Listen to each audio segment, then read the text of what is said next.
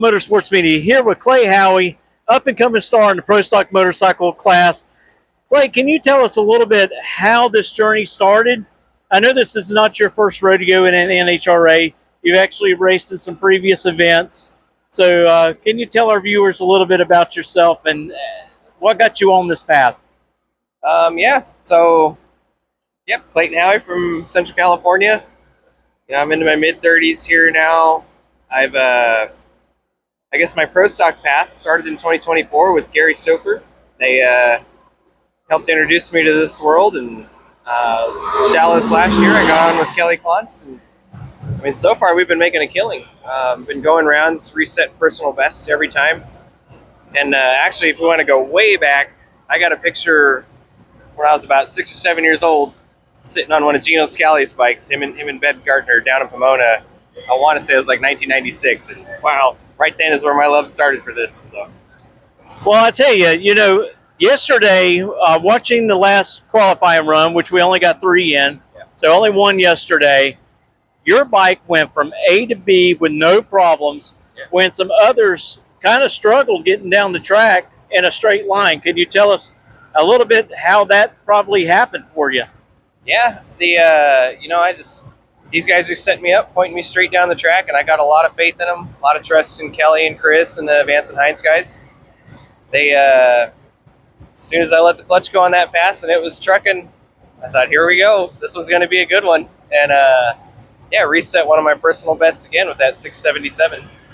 Well, I know a lot of people go through Karen Stouffer to make it to these ranks. Her and her husband are excellent people, and they actually teach people who have rode for a long time in other classes that they have been kind of not riding correctly or lining up the bike correctly. A lot of people think that you just go up there and you put it on the line, but there's a lot of factors. Your wheel being straight, making sure the body's not leaning on one side or the other. So is that some of the things that you had to overcome, or did they come pretty naturally for you? I definitely had some bad habits I had to overcome, especially coming from a street bike riding background.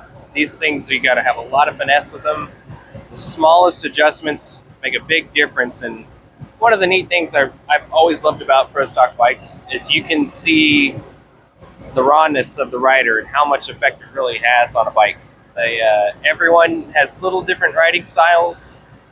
Mine, I've been kind of known for being a flat-footed starter, and I lunge into the bike pretty hard. But I felt like that's given me a little advantage, because a lot of times when I used to leave, I'd be going forward in the bike, or if I could be going forward, I'd be going backwards. So there's a lot to it. So it's a lot of fun. Well, I want you to kind of talk to our viewers a little bit that's going to be watching this.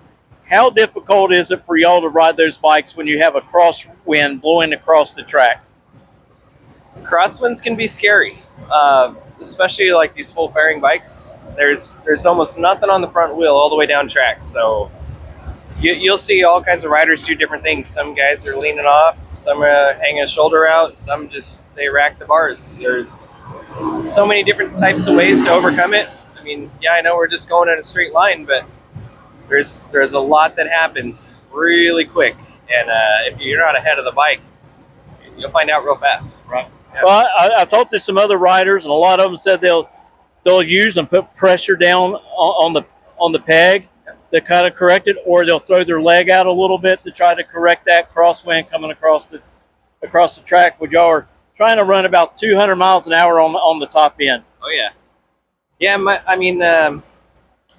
There's definitely peg input on the bike. I would say one of the things that I had the hardest time learning was going from steering with the handlebars to steering with the back of the bike.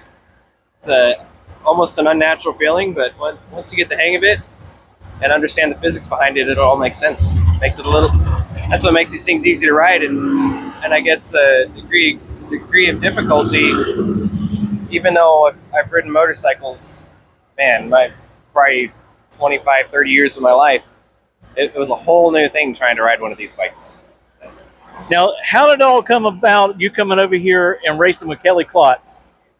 I was having a talk with Gary one day, and I said, everything he's done for me has just been awesome.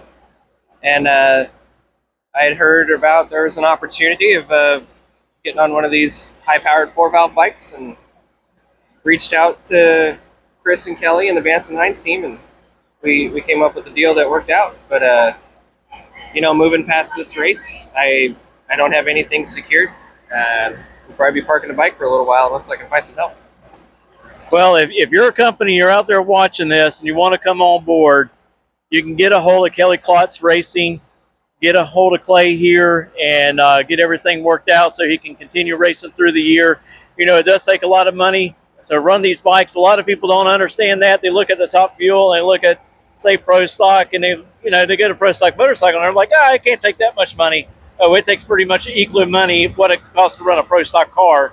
But I tell you what, I'm looking forward to seeing what you do in the future in the NHRA. Yeah. And I'm looking forward to having you on our podcast in the near future. Definitely. And good luck today. All right, Mitchell. All right, I appreciate it. Thank you. Want to thank our marketing partners, Redline Oil, Scorpion Racing Products, Lori's Motorsports Insurance, Big Stuff, and GRE Signs for making this happen.